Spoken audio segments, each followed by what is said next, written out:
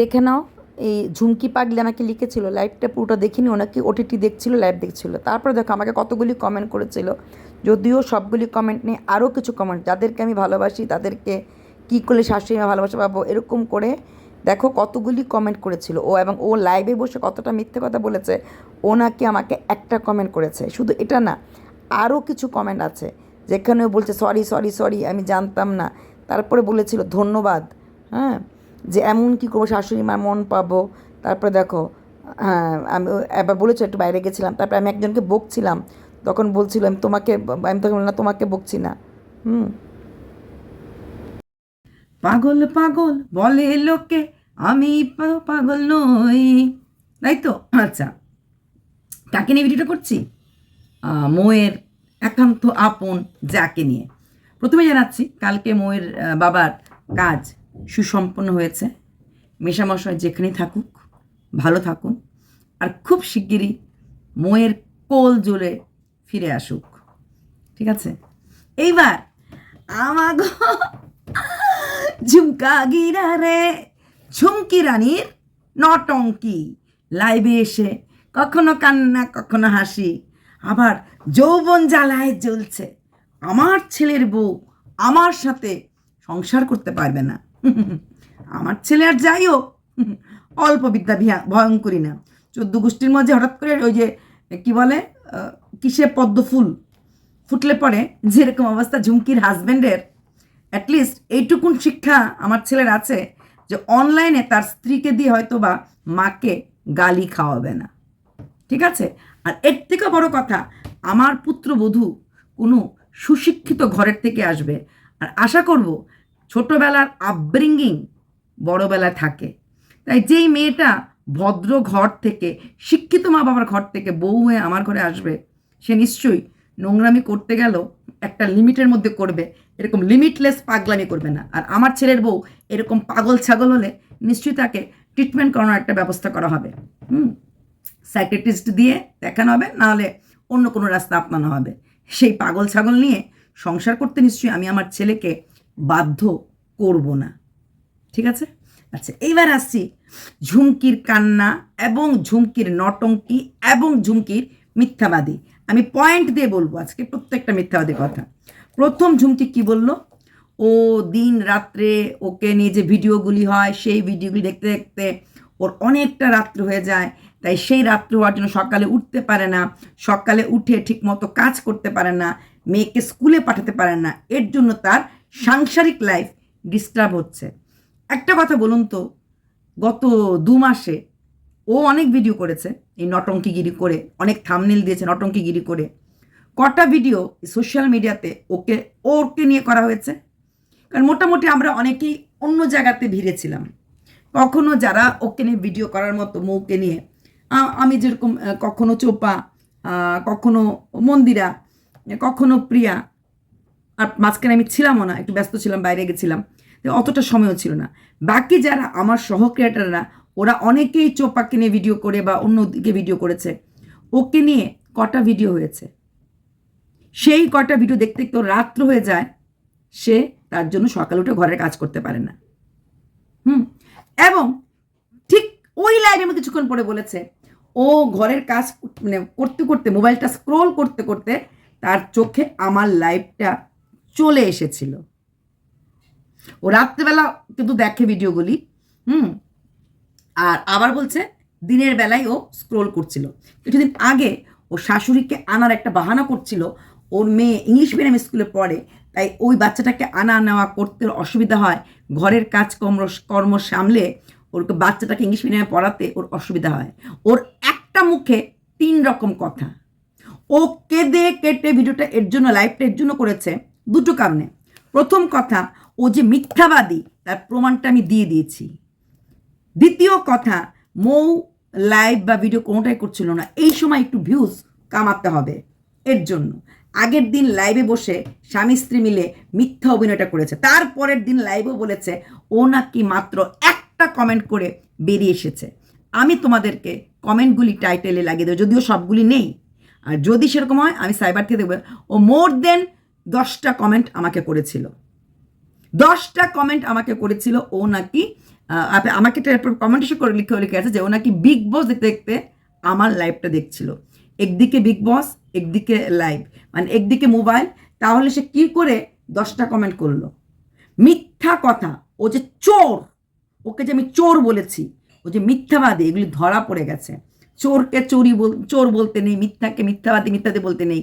ওর মনের ভেতরে হিংসাতে পেটটা ভরে আছে।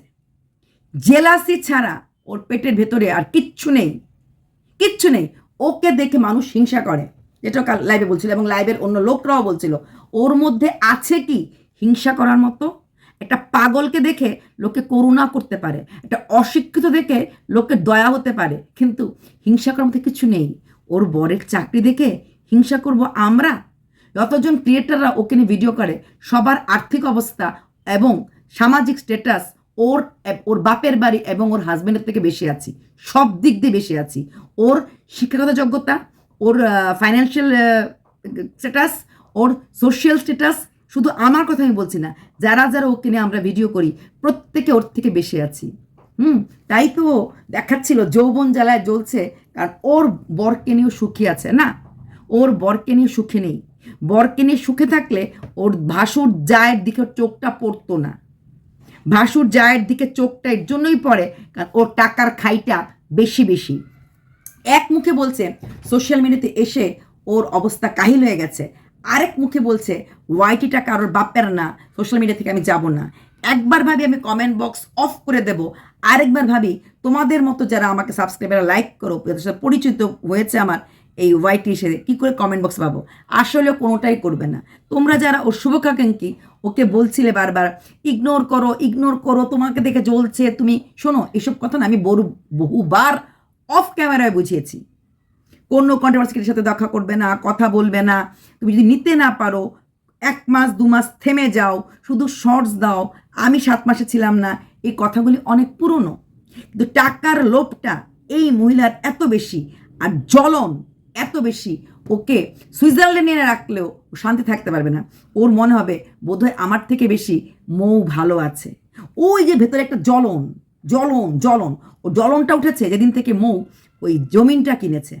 মুখে বলতে পারছে না, তাড়াতাড়ি করে চলে গেছে টাকাটা ওঠাতে, কারণ জমি কিনে ফেলেছে, এখন আবার আইএফ রিটার্ন করাবে, আমি একটু টাকা একটু নিয়ে উঠে চলে আসি। হ্যাঁ, ওর জ্বলন হচ্ছে এটা, যে মেইন রোডের উপরে এত সুন্দর একটা জমি কিনেছে উইথ পুকুর, এইটার পর থেকে ওর জ্বলন, চারিদিকে ওর জ্বলন। ওর বরের চাকরি নিয়ে জ্বলন মৌয়ের কোনো দিনই হওয়ার কথা না, কারণ মৌয়ের মান্থলি ইনকাম ওর বরের থেকে ডাবল, দুগুণা। আর যদি একটুখানি বুদ্ধি করে চলে, সেই টাকাটা জমিয়ে রেখে দোকানপাট দিলে কোনোদিনও অসুবিধা হওয়ার কথা না। আর ওর যা অবস্থা, ওকে যদি একটা ট্যাঙ্ক ভর্তি টাকাও দেওয়া হয়, ওর খাই কোনোদিনও কমবে না। কিছু কিছু লোকের না স্বভাব দোষ থাকে, ও স্বভাব দোষটা, অভাব দোষ থেকে স্বভাব দোষটা বেশি আছে, ঠিক আছে? তাই ওর এই জ্বলন, বললাম না 6 বছর হয়ে গেছে মেয়ের জন্ম হয়েছে, 6 বছর হওয়ার আগে প্রেগনেন্সিতে ওর সাথে কি হয়েছিল, ওকে বাড়ির থেকে কি বার করেছিল, এই কথাটা একবার না গত 3 বছর ধরে ওয়াইটিতে আছে। ওই একটাই কথা পেরিয়ে, কারণ এরপরে আর কোনো কথা বলার মতো নেই, ওই একটাই কথা পেরিয়ে পেরিয়ে পেরিয়ে পেরিয়ে ভিডিও করে লোকের সিম্পিতি নেওয়া ছাড়া ওর কিছু নেই। যেই বাড়ির থেকে ওকে বার করে দিচ্ছে বলে বারবার ও বলে, সেই বাড়িতেই কিন্তু ও নিজে ঘর তুলেছে, সেই বাড়িতে থেকেছে। এরপরে প্রেগনেন্সি পিরিয়ডে যখন ওকে ঘর থেকে বার করে দেওয়া হয়েছিল, ঘর থেকে ওকে বার করে দেয় না। যেমন দেখেন, কোনো এক ভাড়াটিয়া বাড়িতেও বেশি দিন টিকতে পারে না। বলতে পারেন কি শ্বশুর বাড়ি থেকে তো মৌ বার করে দিয়েছিল, তাহলে এবার এই যে ভাড়াটিয়া বাড়ি বলতে এক জায়গায় টিকতে পারে না কেন? 2 দিন পরে পরে বাড়ি চেঞ্জ করে কেন? মেয়ের স্কুল কতবার চেঞ্জ করলো? খাচ্চর দোষ, স্বভাব দোষ এটাকে বলে। হ্যাঁ, তো সেখানে মৌয়ের সঙ্গে পাল্লা দিতে গিয়ে তারপরে কিন্তু বাচ্চা হওয়ার পর বাচ্চাটাকে নিয়ে ওইখানে গেছিল এবং 1.5 ইয়ার ওই বাড়িটাতে ছিল ওই বাড়িটাতে। তাহলে কি করে ওকে বাড়ির থেকে তাড়িয়ে দেওয়া হয়? বাড়ির থেকে তাড়িয়ে দেওয়া মানে হয় যদি বাড়িতে কোনোদিন ঢুকতে পারে না। ও ঢুকতে পারে, ও থাকতে পারে, সব কিছু করতে পারে, কিন্তু হ্যাঁ, ওর বর কলকাতায় থাকে, কলকাতার মল ঘুরবে, অ্যাক্সেলেটার চলবে, ধোসা খাবে। তাই শুধু এই বাড়ি না, ও কিন্তু ওই বাড়ির থেকে বেরিয়ে যাওয়ার পর বাপের বাড়ির কাছে আরেকটা জায়গা কিনে আরেকটা বাড়ি করেছিল। এই দুটো বাড়ির কোনো বাড়িটিতেও থাকে না, স্বাভাবিক, প্রত্যেক মেয়েই যেখানে স্বামী থাকবে তার সঙ্গেই থাকবে, কিন্তু লোককে একটা এমন করে পিকচার দেয় যে ওকে বাড়ির থেকে বার করে দেওয়া হয়েছে তার জন্য বাড়ি ছাড়া, আর সেই জ্বলন নিয়ে ও ঘুরছে। কোনো জ্বলন না, ওর জ্বলন একটাই, ও একটা চাকরিরতা ছেলে বিয়ে করেছিল, তারপর হঠাৎ করে একটা বাংলাদেশে একটা মেয়ে আসার পর কি করে ভাইরাল হয়ে গেল, কি করে এত পপুলারিটি পেয়ে গেল, কি করে ওই জায়গায় থেকে ওর বরের থেকে ডাবল ইনকাম করতে শুরু করলো। তার দেখা দেখি চ্যানেল খোলার পরে, তাকে মার্কেটে বিক্রি করার পরেও, এতবার বারবার এই কাদা ছিটানোর পরও নিজের চ্যানেলটা গ্রো করতে পারলো না। ও কি বলল, ওরকে নিয়ে ভিডিও করে আমরা ভাইরাল হব, আর তোর থেকে আমাদের অনেক বেশি সাবস্ক্রাইবার। তার থেকেও বড় কথা, তোর মতো আমরা আমাদের শাশুড়িকে, ভাসুরকে, যাকে মিথ্যা সিম্পিতির জন্য বাচ্চাদেরকে বিক্রি করি না। আমাদের আত্মসম্মান বোধটা আছে। গঙ্গা জলে বিসর্জন দিয়ে আসার পরও তুই বারবার তোর ওই শাশুড়ির নাম, আবার দেখ মৌয়ের বাবাও কিন্তু, তুই তো মৌকে বিসর্জন করেছিস শ্বশুরবাড়ি সম্পর্ক, তুই মৌয়ের বাবার জন্য তুই কিছু বলতেই তো লাগছিল না, তুই করলি। তারপরে কি বললি, তুই নিজেই বলছিস, তুই ভাবছিস তুই নিজের মতো বাঁচবি, তাই তুই ফুল টুল এনে সংসার নচর করে ঘুরতে শুরু করলি। তাই যদি হতো তাহলে তুই একটা ভিডিওর মধ্যে ছোট্ট করে বলতে পারতি ওনার আত্মার শান্তি কামনা করি। তুই কি বললি যে তুই লাইভটা এর জন্য করেছিস যে তুই তোর সুন্দর সুন্দর ব্লগিং চ্যানেলগুলিকে নোংরামি ঢালবি না, নোংরা কথা বলবি না। তোর সুন্দর সুন্দর ব্লগিং চ্যানেলের মধ্যে আছে তোর যাকে নিয়ে, তোর জ্বলন্ত, তোর হৃদয়ের জ্বলন, বুঝেছিস? তোর ব্লগিং চ্যানেলের পেছন দিকেও বল, পুরোনো ভিডিওগুলি বল, মাঝখানে ভিডিও শুধু জ্বলন আছে। শ্বশুরবাড়ির সম্পর্কে গঙ্গা জলে বিসর্জন দিয়ে আসলাম, এটা কি ভালো ব্লগিং চ্যানেলের কথা? শ্বশুরবাড়ির সম্পর্ক দক্ষিণেশ্বরকে তেজ্য করে আসলাম, এটা কি ব্লগিং চ্যানেলের কথা? শ্বশুরবাড়ির ব্লগিং চ্যানেলে শাশুড়িকে তুই গরম, তোর লাগবে না, তুই এখন যে যাবি, তুই আমার সঙ্গে গেলি না কেন, এটা কি ব্লগিং চ্যানেলের কথা? ব্লগিং চ্যানেলের কথা, শাশুড়িকে লোন দিয়েছিল, যার কাছে টাকা দিয়েছিলি তাকে এনে ক্যামেরাতে শো করে একটা দিনে যাওয়া নিয়ে 4টা ভিডিও ছেড়ে, এটা ব্লগিং চ্যানেলের কথা? তুই আর তোর জ্বলন, তোর নিজের জ্বলনেই তুই আগুনে পুড়ে জ্বলে পড়ে ছাইও যাবি। তোকে ছাই করার জন্য বাইরের থেকে কোনো লোককে হায়ার করতে হবে না। আর শোন, মৌ আমাকে দুটো চোখে দেখতে পারে না, তাই মৌ আমাকে জীবনে কোনোদিনও হায়ার করবে না। তোর হয়ে ভিডিও করেছিলাম বলে তোর নোংরা চেহারাটা ধীরে ধীরে ধীরে ধীরে আমার মুখের সামনে ভেসে গেছে যে তুই কতটা নোংরা। আমি জানতাম তুই লাইভ করবি, আমি জানতাম মৌয়ের বাবা মারা গেছে, মুভি হতে পারবে না, তুই এই সময়টাকে নিয়ে খেলবি, আমি জানতাম। তোকে আমি হারে হারে চিনেছি। তুই এই ইউটিউব ছেড়ে যাবার তো তোর প্রশ্নই আসে না, কোনো যাবি না। আর এই সোশ্যাল মিডিয়াতে এসে আমি কি বাঁচবো না, আমি কি নিজেকে শেষ করে, জানিস তো এই কথাগুলি বলা আইনত দণ্ডনীয়, এই ধমকিগুলি আইনত দণ্ডনীয়। জানিস তোর লাইভটা আমি ডাউনলোড করে রেখেছি, তো ওই ডাউনলোড লাইভটা দিয়েই তোর এগেনস্টে চাইলে অনেক কিছু স্টেপ নেওয়া যায়, জানিস? তোর শিক্ষিত বরকে জিজ্ঞেস করিস, তুই যে কথাগুলি বলিস আর এই ফেক কান্না কাঁদিস, কোনোটাই তোর সত্যি কান্না ছিল না, সবটাই তোর ফোক ছিল। একটু পরে ওই যে বলে পাগলে কিনা খায় ছাগলে, পাগলে কিনা বলে ছাগলে কিনা খায়, ওই পাগল। কিছুক্ষণ পরে নিচে নিচে বলছিলি তোর যৌবন জ্বালায়। আরে ভাই, বর সবার আছে, তোর মতো না ভেড়া বর কারোর কাছে নেই যে মার অপমান, মার ইজ্জত বউ লুটছে দাঁড়িয়ে দাঁড়িয়ে দেখছে। এইরকম ছেলে থাকার থেকে না থাকা ভালো। হ্যাঁ, এরকম ছেলে জন্ম দেওয়ার থেকে না জন্ম দেওয়া ভালো, বুঝেছিস? তোর বরের মতো যে বউ মাকে গালি দেয়, হাজব্যান্ড বসে এসে বউয়ের মাথায় দেখে হ্যাঁ আমি পাশে আছি, আরে তোর পাশে তো তোর বরটা থাকবেই। তাহলে দেখ তুই কি আজকের বুদ্ধিমান? গ্রামে থাকতেই মাস্টারের সাথে প্রেম করে ঠিক মাস্টারকে ঝুলিয়ে দিলি। তুই প্রচুর বুদ্ধিমতী, তোর বুদ্ধির কোনো হাত পা নেই। তোর মিথ্যা, তোর চুরি, তোর জোর চুরি, সারাটা শরীর শুধু স্পট। আর সবচেয়ে যেটা তোর কষ্ট সেটা হচ্ছে তোর জ্বলন। তুই বলছিস তোর জন্মের সময় থেকেই তোর মেয়েটা আঘাতে আঘাতে বড় হয়েছে, যার মার মানসিক অবস্থা এরকম, তার মেয়ের মানসিক অবস্থাটা ভালো হবে কি করে? তুই বলেছিস তোর বাচ্চা যতটা বেশি পড়াশোনা করে কিছু মনে রাখতে পারে না, তোর ব্রেনটা নিয়ে জন্মেছে, কী করে পড়াশোনা করবে? তুই তো পেটে থাকার সময় শুধু জ্বলতি জ্বলতি জ্বলতি, আর সেই জ্বলন থেকে তোর মেয়েটা জন্মেছে। পেটে যখন থাকে বাচ্চা না, মা বাবার ভালো কথা বলতে লাগে, মার ভালো ভালো বই পড়তে লাগে, ভালো ভালো জিনিস করতে লাগে, তুই তো তখন জ্বলছিলি।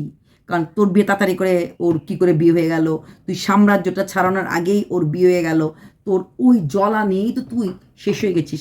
তাই পেটের থেকে বেরিয়েছে, এটা নিয়ে হয়তো বেরোতে পারিনি। আর যার মা ঘরের মধ্যে এরকম সিনক্রেট করে তুই আমার কাছে কেঁদেছিলি, তোর মেয়ের স্কুল ডিসক্লোজ হয়ে গেছে, পুরো ওয়াইটি লোক জেনে গেছে তোর স্কুলের মেয়ের অ্যাড্রেস বা কী। তোর এখন এগুলি মনে হয়? তোর মেয়ে যে স্কুলে যায়, মেয়ের ক্লাসমেটের কোনো গার্জেন না তোর ভিডিও দেখার পর, তোর এই ব্লগিংগুলি দেখার পর, তোর জায়ের সাথে এগুলি ঝগড়া দেখার পর তোকে নিয়ে পেছনে হাসে না? সবাই হাসে, সবাই হাসে। কারণ সোশ্যাল মিডিয়াতে ভদ্রঘরের মেয়েরা ঢেকে ভিডিও করে, খুল্লাম খুল্লা কথা বলে ভিডিও করে না। এটা তুই করছিস। তোর পাগলামি চুটিয়ে দেওয়া যায় একদিনেই, বুঝেছিস? তুই হচ্ছিস এ গ্রেড পাগল। তুই কোনো দিনই ওয়াইটি ছাড়া তো প্রশ্নই আসে না। তোর কাছে তোর মান সম্মানেরও কোনো দাম নেই। ওই মিথ্যা মিথ্যা কান্না করে বলবি ওই মান সম্মান। তুই কী বলেছিস?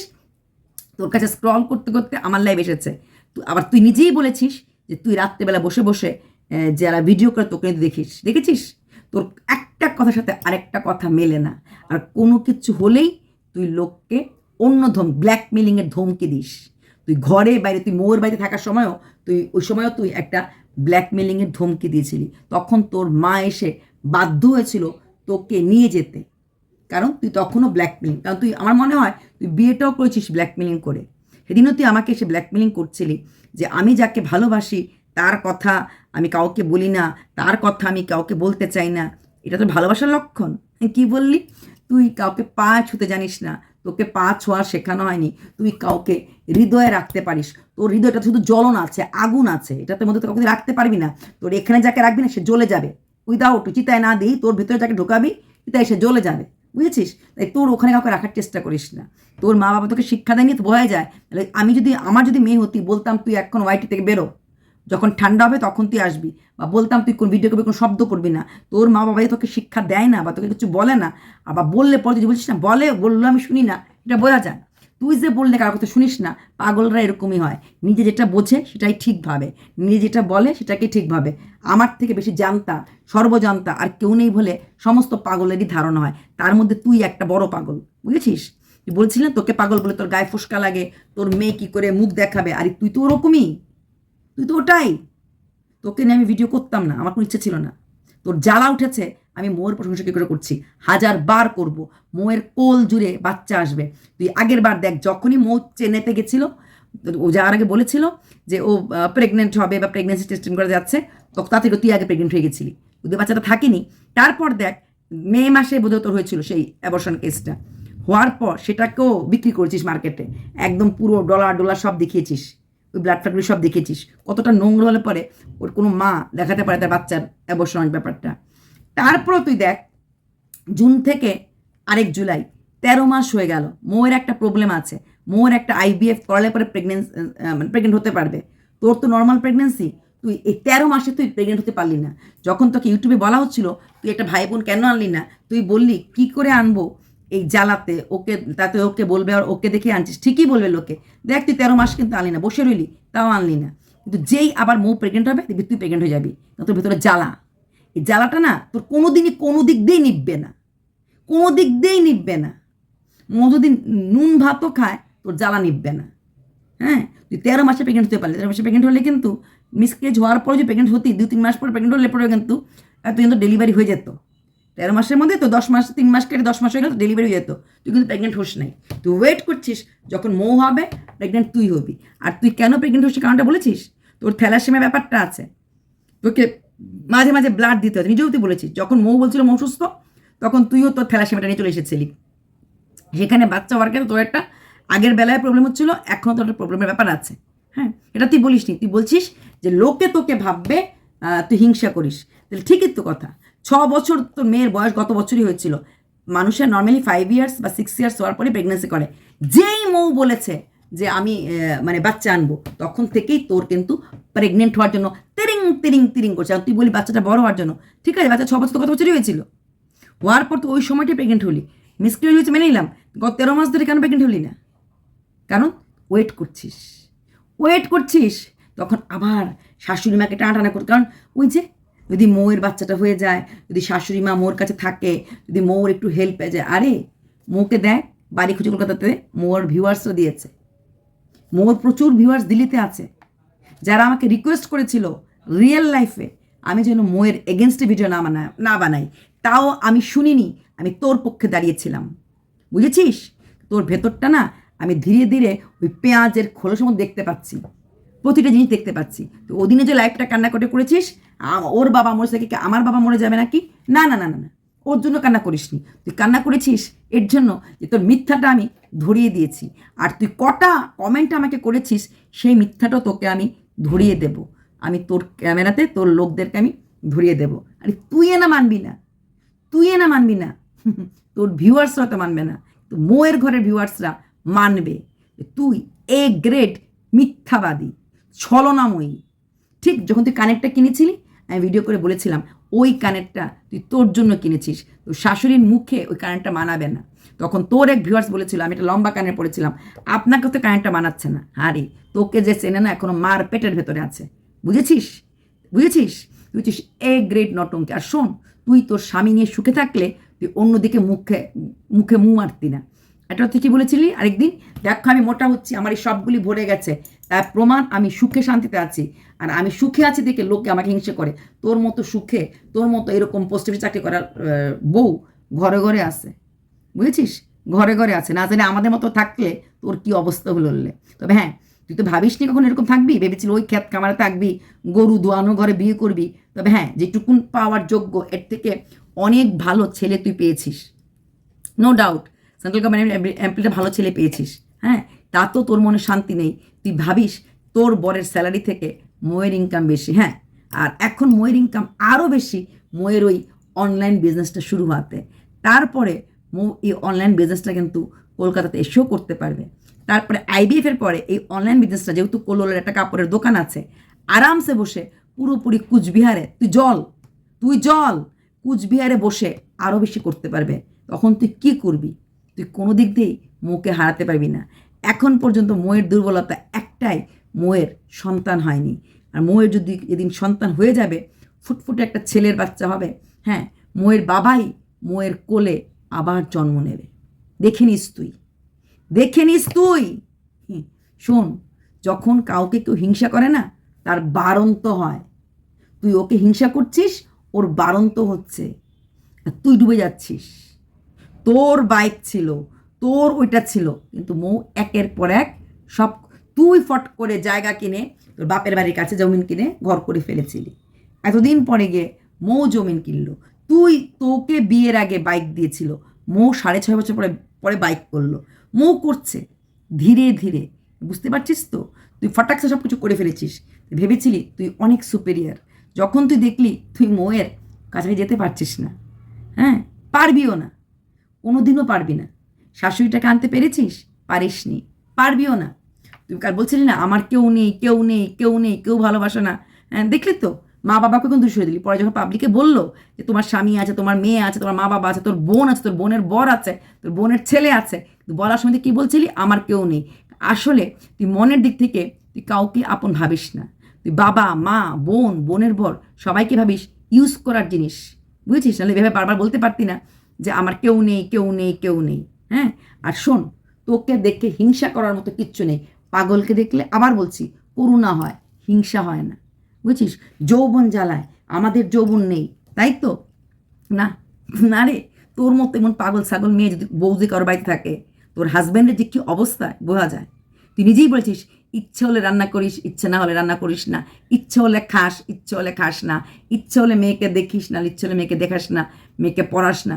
এইরকম বউ যদি কোনো ঘরে থাকে, তার স্বামীটা কতটুকু সুখে থাকতে পারে বা একটা বাচ্চা কতটুকু সুখে থাকতে পারে পরিষ্কার বোঝা যায়। কারণ তোর মন মস্তিষ্ক সব জ্বলনে ভরা, আগুনে ভরা। আর খালি ওয়াইটি দেখিস, ওয়াইটি খুলিস আর ভাবিস কিচ্ছু হলো না, আমার কিচ্ছু হলো না, আমি কিছু পারছি না। যখন নিতেই পারিস না, দিতে আসিস কেন? বলতে আসিস কেন? কেন তুই লাইভ করতে গেলি? কেন? নিতে যখন পারবি না, দেওয়ার চেষ্টা করবি না। দেওয়ার চেষ্টা করিস, নেওয়ার চেষ্টা রাখতে লাগবে, বুঝলি? অল্প ছেড়ে দিলাম। তুই মিথ্যাবাদী, তুই চোর, বুঝেছিস? তুই আমার ঘরে একটা না অনেকগুলি কমেন্ট করেছিস। তুই তোকে আমি ভেবেছিলাম, কারণ এই ট্রাইবেল মেয়েরা, রাজবংশী মেয়েরা মিথ্যা কথা কম বলে, অনেস্ট থাকে। তুই যে কতটা মিথ্যাবাদী তুই ধরা খেয়ে গেছিস, বুঝেছিস? তুই গ্রেট মিথ্যেবাদী, ওকে? আর তুই চোর, তুই টাকাটা চুরি করেছিস। শাশুড়ি মার বোবার ব্যাপারটাকে তুই ইউজ করেছিস, চুরি করেছিস। চল।